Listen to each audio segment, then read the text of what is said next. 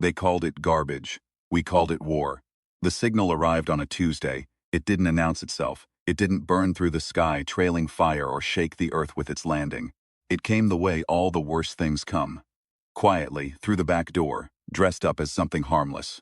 One moment the Hartwell family's brand new Skyreach 9000 satellite dish was pulling in 847 channels of late-night television, and the next moment it was pulling in something else entirely. Marcus Hartwell didn't notice at first. He was in the garage, knuckles bleeding from where the mounting bracket had bitten him, listening to his daughter complain through the kitchen window about the signal cutting in and out. His father-in-law, a retired Army staff sergeant named Cobb, sat in a lawn chair drinking a beer and offering advice that Marcus had not asked for and did not want. "You're angling it wrong," Cobb said. "I'm not angling it wrong. The dish needs to face 17 degrees east-southeast. I looked it up." "You looked it up on what?" Cobb held up a magazine from 1987. Marcus stared at it. Cobb stared back with the absolute serenity of a man who has never in his life been wrong about anything. Inside the house, Marcus' 17-year-old son, Danny, was already flipping through channels, hunting for the horror marathon he'd been promised. Danny had a system. Start at channel 600, work up. He had popcorn. He had a blanket. He had the kind of Friday night optimism that only exists before something goes catastrophically sideways. He found static, lots of static. And then, on channel 812, something that was not static at all. The picture was wrong from the start. Too vivid, colors bleeding into each other in ways that no compression algorithm should produce. Like the image was coming from somewhere that didn't entirely understand what a television screen was supposed to do. The shapes on the screen moved with a biological wrongness, limbs articulating at angles that made Danny's eyes water. He turned up the brightness. He leaned forward. He should have changed the channel. Instead, he watched. In the garage, the dish made a sound like a gong being struck by a wet fist. Marcus dropped his wrench. Cobb was on his feet before the echo finished, old soldier instincts running 20 years ahead of his conscious mind, and for just a moment, his face had that look, the look of a man who has heard a sound in a jungle that he has no category for. "What was that?" Marcus called. Nobody answered, because at that exact moment, inside the house, the television went white, not blank, white. Full, burning, total white, the kind of white that seems to have weight and intent. And then, from that white a shape began to emerge. It pushed through the screen the way a hand might push through the surface of very still water. Slowly at first, then with sudden hideous commitment. Danny fell backward off the couch. He hit the floor and scrambled into the corner and watched with his back against the wall as the thing finished coming through. It was large, it was wet. It had too many surfaces that were trying to be faces, and none of them quite succeeding. It dripped something that was not quite fluid and not quite light onto the carpet, and where those drops landed, the carpet fibers curled up like they were burning. It looked at Danny. Danny looked at it. It opened something that might have been a mouth. Danny threw the remote at it and ran. The first few hours were the kind that get scrubbed from official records later. Marcus called 911. The dispatcher sent a patrol car. The two officers who arrived, Hendricks, 26, 3 years on the force. Vasquez, 31, former Marine, still ran 5 miles every morning. They came in through the front door with their hands on their weapons and very professional expressions, and they lasted about 40 seconds inside before they came back out through the front window. Neither of them was injured, technically. Hendricks had a bite mark on his forearm that the paramedics couldn't identify as belonging to any known species of Earth fauna. Vasquez kept saying very quietly, "That's not a real thing." He said it 12 times. The paramedic wrote it down. Marcus filed from the driveway. Danny sitting beside him, wrapped in a blanket, staring at the front door of his own house, like it had personally betrayed him. The lights inside were on. Something was moving behind the curtains. "What did it look like?" Marcus asked. Danny thought about it. "You know how a sea creature looks when it's been brought up from the deep, like it hasn't finished deciding what shape it is? No, it looked like that, but bigger and meaner, and it had." Danny stopped, pinched the bridge of his nose. "It had what I think were eyes. A lot of them. And they were all pointing at me." Cobb, who had said nothing for the last 20 minutes, set down his beer. "I need to make a phone call," he said. The phone call was to a man named General Aldous Price, who worked out of a building in Colorado that did not appear on any civilian map, and whose budget came from a line item so classified that the people who approved it were not allowed to know what it was called. Price had been in the business of cataloging improbable things for 31 years. He had a filing cabinet that he called the Wall of Oh No, and in that cabinet were reports, photographs, and in 3 cases small samples of material that no laboratory on Earth had successfully analyzed. He took Cobb's call. He listened for 4 minutes without interrupting, which was a record. Then he said, "Don't let them move the satellite dish," and hung up. Price was on a helicopter inside 40 minutes. He arrived to find the street blocked off. 6 more patrol cars, a hazmat van that had been called by someone operating on instinct rather than information, and Cobb standing in the driveway arguing with a lieutenant about jurisdiction. Cobb was winning. He usually did. Price looked at the house. The lights inside had gone off. The television, he could see it through the living room window, was on again, casting its cold blue light across the ceiling. And on the screen, something was moving that was not a channel and not a broadcast. "How long since first contact?" he asked the lieutenant. "Hour and 40. Casualties? 2 officers with non-standard bite wounds. 1 civilian with a concussion from the window frame. The creature has not left the house." "It's not a creature," Price said. He was looking at the satellite dish. It was still oriented toward the sky, and there was something wrong with the air directly above it. A shimmer, like heat haze, except it was 60 degrees, and there was no heat source. "It's a signal. The creature is what the signal becomes when it hits something physical enough to give it shape." The lieutenant stared at him. "I need the family inside. All of them. Sir, that house has an active." "I know what's in that house, Lieutenant. I need the people who know the house. The kid who was watching the TV, the father, the old soldier." He paused. "Especially the old soldier." The briefing happened in the hazmat van, which was the only quiet space available. Price laid 3 photographs on the fold-down table. 2 were satellite imagery, distant, blurred, taken by instruments that were not supposed to be looking at the thing they'd accidentally captured. The 3rd was a hand-drawn diagram that looked like it had been made by someone working very quickly in bad light. "Planet Pluton," Price said. 11 light-years out. Type K star. Atmosphere mostly methane and ammonia with trace sulfur compounds, incompatible with human respiration, which makes the whole situation ironic given that they apparently find us just as inhospitable. "They know about us?" Marcus asked. "They knew about our electromagnetic emissions before we knew about them. We've been leaking radio signals since 1895. To anyone with the right receiver, Earth looks like a lighthouse." Danny was looking at the diagram. "What's this part?" "Their garbage disposal system." Price tapped the diagram. "Pluton had a waste management crisis roughly 300 of our years ago. Their solution was elegant, in the way that solutions are elegant when they're someone else's problem. They convert biological waste, including what I'll diplomatically call difficult biological entities, into coherent energy and transmit it into space. Out of sight, out of atmosphere. And we picked up the signal," Marcus said. "Your dish has a receptor sensitivity about 40 times beyond commercial spec," Price said, looking at Cobb. "Which I understand you modified yourself." Cobb said nothing. The receiver picked up a transmission that was, in practical terms, a compressed living organism traveling at light speed. "Your television set was the first sufficiently complex electromagnetic surface it encountered. It reconstituted." "In my living room," Marcus said. "In your living room." Danny had stopped looking at the diagram. He was looking at the van wall, very still, in the way that people get still when they are thinking through something with great seriousness. "It went back into the TV," he said. "I saw it. When my dad came running down the stairs, it went back into the TV." Price looked at him. "It doesn't want to be seen," Danny said. "It came out when I was alone. It went back in when I wasn't. It's been watching us since then." Through the screen, the van was quiet. "He's right," Cobb said. He was holding something, a small device, the size and shape of a TV remote, but older with no brand markings. He'd been holding it since the briefing started. "I've seen this before." Price stared at him. "Not this," Cobb said specifically, "but the behavior. Something traveling inside signal, using broadcast infrastructure as a transit system. We had a report in 1989, classified. I was 3 levels below clearance, but the man who wrote it was my commanding officer, and he talked in his sleep." He set the device on the table. "This is a signal interrupter. I built it.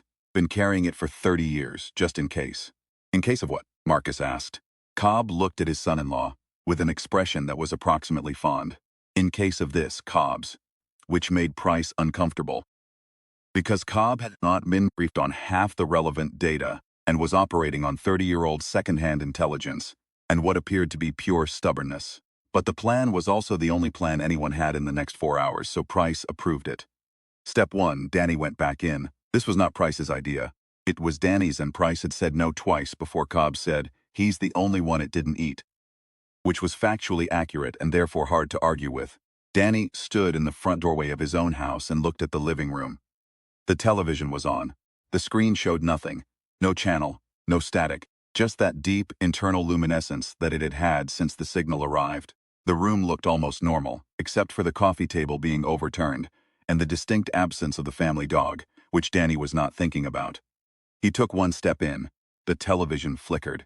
He took another step. The flickering stopped. The screen went to what Danny could only describe as attention. It didn't change shape or color, but something about it shifted. The way the attention of a large and dangerous animal shifts when it has fully decided you are the most interesting thing in its vicinity. Danny reached for the remote. He turned up the volume, not the TV volume. He plugged in his phone and opened the speaker app he used for basement raves. It connected to the whole house Bluetooth system, and the music hit every room simultaneously at a volume that was technically within the limits of the sound system, but felt like a polite declaration of war. The thing in the TV did not like sound. Specifically, it did not like earth sound. Music in particular seemed to cause it distress. This was something Danny had noticed during the first encounter, when the creature had recoiled from the horror movie score playing on the television. He hadn't understood it then. He understood it now, in the way you understand things when your life is the experiment. He had loaded a playlist. 3 minutes of Metallica's heaviest material, transitioning into a stretch of Coltrane, then Beethoven's Fifth at 3 times its intended tempo. He had thought about it carefully. Loud was not enough. It needed to be unpredictable. Alien. He was trying to make Earth sound as alien as possible. The television shook. From somewhere in the walls, in the wiring, in the signal infrastructure of the house, something screamed. Not loudly. It was the kind of scream that registered at the base of your teeth and in the small bones behind your ears. Danny kept walking. His hands were steady. He was terrified, and his hands were steady anyway. Because sometimes those two things are both true at once, and you pick one to lead with. He reached the satellite dish controls mounted beside the back door. He pressed the button that angled the dish 45 degrees off its current bearing. The transmission path broke. The television went dark. For about 6 seconds nothing happened. Then the house started coming apart, not catastrophically, not falling down, not exploding. But every screen in the house lit up simultaneously. The TV, the computer monitors upstairs, the smart displays in the kitchen, even Danny's old Nintendo DS that he hadn't charged in 3 years. Every screen all at once blazing that same awful white, and through those screens pushing simultaneously, the thing came back. Plural now. Or maybe the same thing, replicated. It was hard to say. The creature did not have clear edges in the way that solid objects have clear edges. It was more like a bad idea that had learned to have dimensions. Danny ran. He hit the front door and Cobb was there, and Cobb put the signal interrupter against the door frame and triggered it, and the white light went out. Not all of it, most of it. Enough. The creature, the parts of it that had fully reconstituted, that had mass and weight and biological commitment, those parts remained.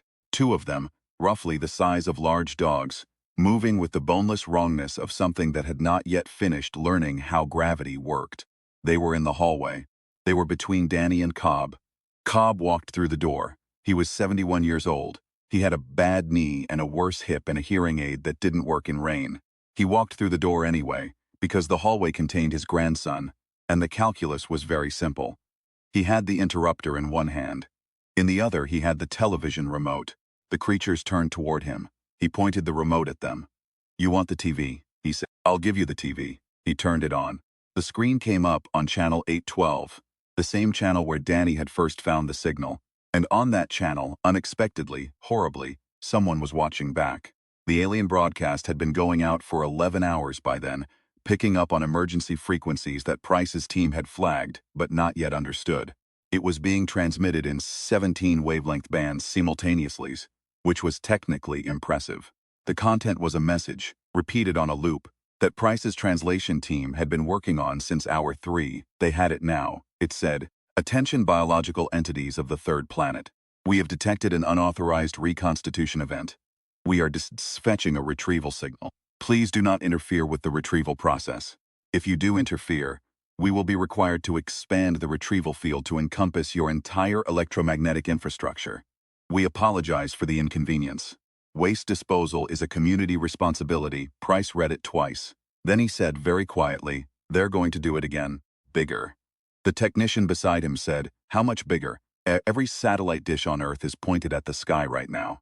Every receiver, every antenna, every cell tower, every radio telescope. Price stared at the translation. If they hit all of them simultaneously, they could reconstitute something the size of a continent. The technician sat down.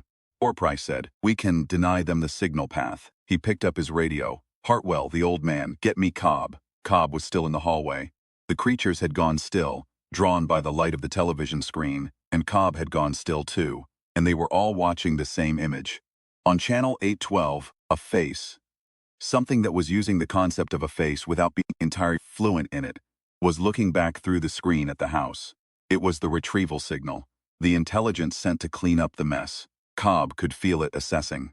The creatures at his feet made a low sound, something between a vibration and a frequency, and he understood in the way you understand things before you understand them that they were being called back, that whatever biological chaos they had achieved was trying to reverse itself, trying to collapse back into signal. His radio crackled. Price said, listen carefully. Your interrupter disrupts coherent signal reconstitution, but only at short range. We need to disrupt it at the source, at the dish. If you can invert the polarity of the receiver array while the retrieval signal is active. It reflects, Cobb said, a pause. How did you? Because it's a signal, and signals are physics, and physics works the same everywhere in the universe. Otherwise, the universe doesn't work. Cobb looked at the face on the screen. I need 3 minutes. You'll have to go through the backyard. The creatures are looking at the TV, Cobb said, like everybody does. He walked backward slowly, one step at a time, eyes on the creatures. They didn't move. Whatever the retrieval signal was doing to them, it was doing it with their full attention. They were being unmade, and they were watching it happen. The way people watch things they can't stop.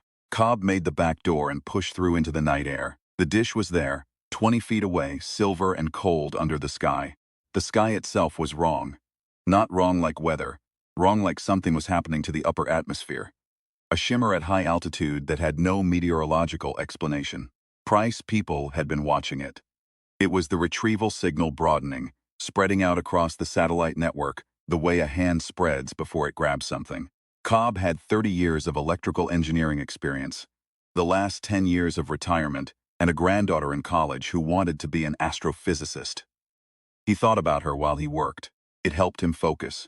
He opened the control panel on the dish base. The wiring was color-coded, which he was grateful for, though the colors were for a system designed to receive, not reflect. He needed to reverse the polarity of the phased array receptor, turn the dish from a catcher into a thrower, aimed directly back up the signal path. He had done something similar once, 30 years ago, with a different kind of equipment, against a different kind of problem. The physics had been the same. The physics was always the same. That was the thing about the universe that he found genuinely comforting. He worked for 2 minutes and 40 seconds. He made the final connection. He stood up, put a hand on the cold metal rim of the dish, and looked up at the shimmer in the sky. It was fully present now, not a shimmer anymore, but a visible coherent energy, a column of light descending toward every satellite installation on Earth simultaneously, the garbage disposal of Pluton making a house call. All right, Cobb said to it. He hit the switch. What happened next was visible from 3 states away and logged by 7 weather satellites that later couldn't account for their own data. The dish fired, not in the way antennas fire, in the invisible way of signal, but visibly, audibly, in a burst that shook every window in a quarter-mile radius and lit the neighborhood like a second moon for about 4 seconds. The retrieval column hit the reflected beam, and the mathematics became very complicated very quickly.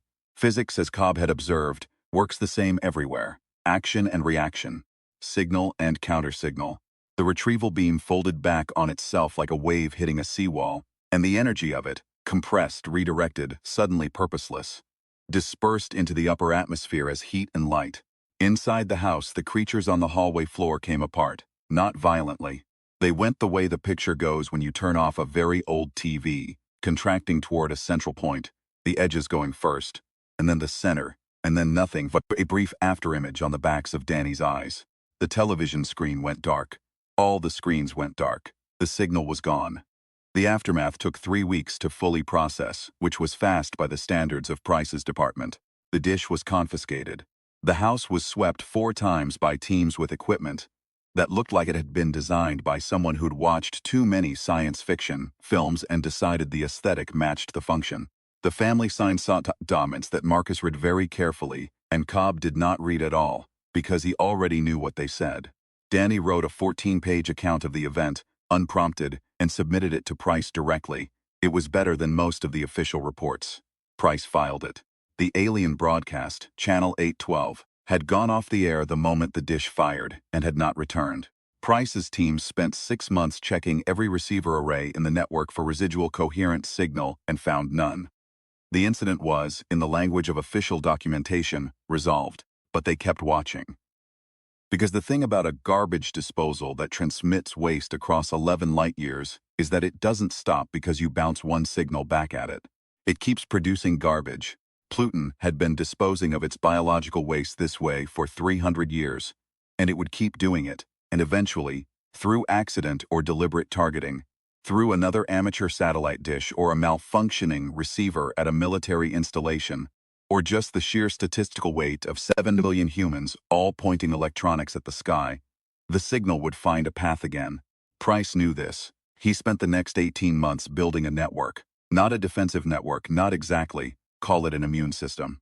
Receivers modified like Cobb's dish, scattered at intervals across every continent, each capable of inverting and reflecting a coherent signal back on its origin path. A planetary countersignal. A mirror held up to the stars. He offered Cobb the job of running it. Cobb thought about it for 30 seconds. Then he said, "I need my own parking spot." Price gave him 2. 18 months after the incident, on a Tuesday evening, Danny was watching the horror marathon he had been trying to watch the night this started. The TV was new. The old one had been taken by Price's people along with everything else. The satellite dish was gone, replaced by a standard cable connection that had been, Price's technician had assured him, triple screen for anomalous signal reception. He had popcorn. He had the blanket. He had, somewhere in the back of his mind, a permanent and specific wariness about bright white light coming from any television screen. But that was manageable. That was the kind of thing you lived with. His phone buzzed, his grandfather. Picking up something on band 7. Not coherent yet. Might be nothing. Might not. Danny looked at the TV. The horror movie played. Shadows and screaming. Very normal. Very terrestrial. A monster that was a person in a rubber suit. The comfortable kind of frightening. He texted back. "I'll be ready." Cobb's reply was a thumbs up. Then, after a pause, "Some sleep first." "It's 11 p.m. Danny smiled. He ate his popcorn. He watched the movie. Outside, the Dish Network listened to the sky with 57 stations across 6 continents, each one a mirror aimed upward. Each one maintained by people who had learned the specific and transferable skill of refusing to be someone else's garbage problem. The stars were cold and the sky was full of signals, and every last one of them was being watched. The first real test of the network came 4 years later, and it was not a gradual escalation. It was a full attempt. 8 simultaneous transmission sources, spread across the sky at intervals calculated to overwhelm any single countersignal. Pluton, or whatever intelligence managed its disposal arrays, had done the math on the reflection event, and concluded that the original dish had been a fluke, that Earth was an unoccupied electromagnetic wasteland that had briefly produced an anomalous response. They were wrong. Cobb was in the operations center in Colorado when the alert came in. It was 3 a.m. He had been asleep in the chair behind his desk, which had a slight recline that his back had learned to accommodate over 4 years of 16-hour days. He was awake and at his console before the third ping. 8 sources. He had 47 mirrors. "Target and acquire," he said. 47 dishes moved. The retrieval columns hit the atmosphere at 3:17 a.m. They made it to 40,000 feet.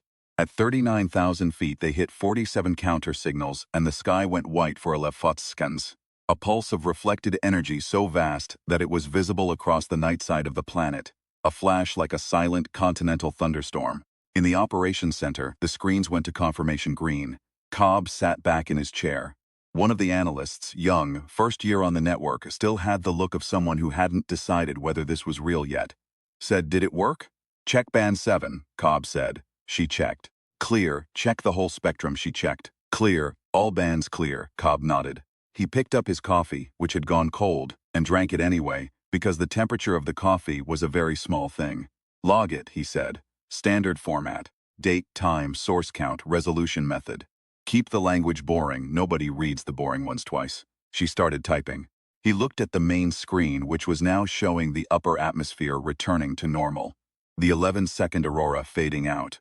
From 11 light-years away, a garbage disposal had pointed itself at Earth and fired. From Earth, 47 modified satellite dishes and the people who tended them had pointed back and said, with considerable technical precision, no. He thought about his granddaughter, who was now a second-year astrophysics PhD candidate at MIT, and who had 6 months ago designed an improvement to the reflection array that increased its effective range by 12%. She hadn't been allowed to publish it. The classification level was above her clearance, which had annoyed her considerably, and Cobb had pointed out that the work was still real, even if no one else knew about it. And she had said that wasn't the point. And he had said it was exactly the point. And they had argued about it happily for the better part of a Sunday dinner. He thought about Danny, who was 21 now, and finishing his engineering degree, and who had, unprompted, sent Price a proposal for a signal analysis algorithm that could identify reconstitution attempts 14 seconds before they fully materialized. 14 seconds was a lot of time if you knew what to do with it. He thought about Marcus, who had rebuilt the satellite dish in the backyard. A new one, properly configured, cleared through the network, and who spent Friday nights watching obscure, foreign television channels and occasionally picking up something from further away, something that the monitoring equipment classified as benign background radiation, and that Marcus quietly suspected was something else entirely, something curious rather than hostile, something watching the way you watch a light in a window at night, wondering who's home, wondering if they'd mind a knock. Marcus had asked Cobb about it once. Cobb had said, "Most things in space aren't trying to eat you." Marcus had said, "That's surprisingly comforting." Most, Cobb had said. Not all. The operations center received a translation in year 6. It had taken Price's language team 3 years to crack the Plutonian signal format, and another year to assemble enough vocabulary to produce a coherent meaning, and the meaning was not what any of them had expected. The message said, "You are reflecting our disposal signals. This is technically impressive for a Class II civilization. We wish to discuss alternative arrangements. We apologize for the earlier incidents. Waste disposal is complicated." Price, read it 4 times, then he called Cobb. Cobb, read it once. "They want to negotiate," Cobb said. "That's my read. Because we stopped them. Because we stopped them twice, and the second time we stopped 8 simultaneous transmission vectors without, as far as we can tell, any significant damage to our own infrastructure. They've revised their assessment of us." Price paused. "We're not an unoccupied wasteland anymore." Cobb was quiet for a moment. Outside the operations center window, it was early morning, the sky the specific gray-blue of an hour before dawn. A maintenance crew was running diagnostics on Array 16. He could see the dish moving through its testing arc, slow and precise. "What do we want?" Cobb asked. "That's above my pay grade," Price said. "But I think the starting position is, don't shoot your garbage at us. And if they need somewhere to put it, then they can ask. And if we say no, then we keep pointing the mirrors." Cobb nodded. It was a simple position. It had the clarity of things that are true at a fundamental level, the same clarity as the physics that had made all of this possible in the first place. You could travel 11 light-years. You could convert mass to energy and energy back to mass. You could build a civilization on a methane world and look out at the stars and decide to solve your waste management problem by pointing it at someone else. But if that someone else pointed back, if they stood in their driveway with a bad knee and a homemade signal interrupter and said, "Not here," then the physics worked the same for you as for them. And the mirror caught your signal, and the garbage went home. The draft response to Pluton took 3 months to compose. It was 7 sentences long. The last sentence said, "We are willing to discuss this. We are not willing to be discussed." At Pluton's acknowledgement came 6 weeks later. 22 light-years of round trip, 11 each way, which meant they had responded within hours of receiving the message, which meant they had been watching, which meant they had expected a reply, which meant in some language that had no direct human equivalent that they had recognized something. Cobb kept the acknowledgement on his desk, printed out, in the corner under his coffee mug, just 1 line of translated text. "We had not expected you to be paying attention." He liked that. He liked it because it was the most clarifying thing anyone, human or otherwise, had said about the whole affair. That was all it had been, in the end. A garbage disposal and a satellite dish and a family watching television on a Friday night. A kid who noticed something wrong and ran instead of freezing. An old man who'd spent 30 years carrying a device he'd built just in case. Paying attention. That was the whole thing.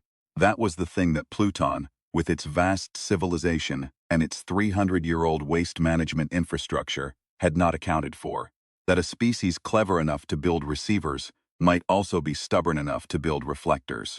That the same impulse that made a 17-year-old throw a remote control at an alien entity and run, defiant, instinctive, deeply committed to not dying in his own living room, was the impulse that scaled up, filled 47 dishes across 6 continents. Not invincible, not special in any cosmic sense, just paying attention, and refusing with great thoroughness and considerable technical innovation to be someone else's problem. The network ran. The mirrors pointed at the sky. Danny's algorithm went into production and cut the detection window to 11 seconds, then 9.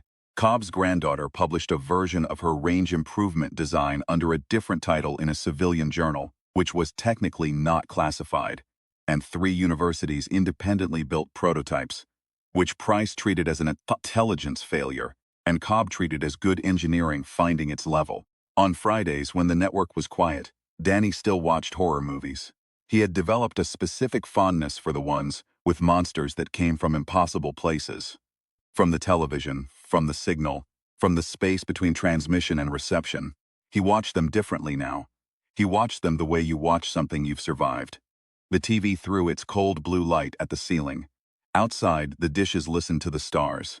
The stars, for the moment, were quiet. For the moment.